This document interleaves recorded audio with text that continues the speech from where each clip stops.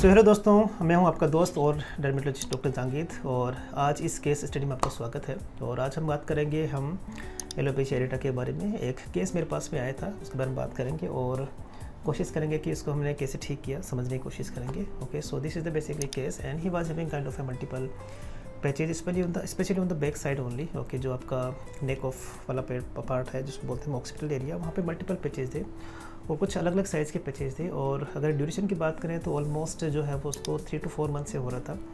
और he was using some kind of topical medications like onion juice हम वो use कर रहे थे और कुछ बार बार उनको ट्रीटमेंट दिया था तो वो यूज़ कर रहे थे। लेकिन 1 या 2 पैचेज तो ठीक हो रहे थे, लेकिन कुछ नए पैचेज बन रहे थे। So after 3 to 4 months of appearing this lesions he came to me और उन्होंने बोला कि डॉक्टर ये प्रॉब्लम है मेरे। तो एग्जामिन किया तो देखा कि मल्टीपल पैचेस थे and obviously it was having alopecia areata only. और अलग अलग साइज़ के थे एंड एब्सोल्युटली फाइन था, ये कोई कुछ प्रॉब्लम नहीं थी। तो हमने कुछ बेसिक इन्वेस्टिगेशन कराए एंड प्रीवियस सिस्टम में ये था कि उन्होंने बोला कि डॉक्टर मेरे ठीक हो भी रहे थे लेकिन अभी पे भी हो रहे थे। तो ये एक अच्छी बात होती है हमारे लिए कि अगर आपका कोई भी पैचेस बिना ट्रीटमेंट के ठीक हो रहा है तो ये इसका मतलब है कि रिस्पॉन्स अच्छा करने वाला है।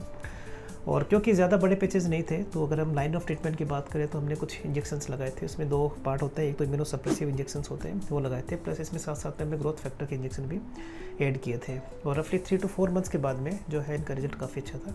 तो ये जो फोटोग्राफ देख पा रहे हैं बेसिकली 4 मंथ्स के आसपास का फोटोग्राफ है और it was like okay. But again like multiple patches होते हैं तो हमें थोड़ा सा डाउट रहता है कि भाई रिकरेंस होने का चांसेस रहता है। तो दवाई को हमने बंद नहीं किया एंड मिनिमल दवाई इनके लिए जो टॉपिकल मेडिकेशंस और कुछ ऐसे ओरल मेडिकेशंस होते हैं खाने की दवाई जो कि सेफ भी होती है और इस डिजीज़ को वापस होने से बचाती है फिर कम करती है। तो वाली दवाई भी हमने कंटिन्यू किया था।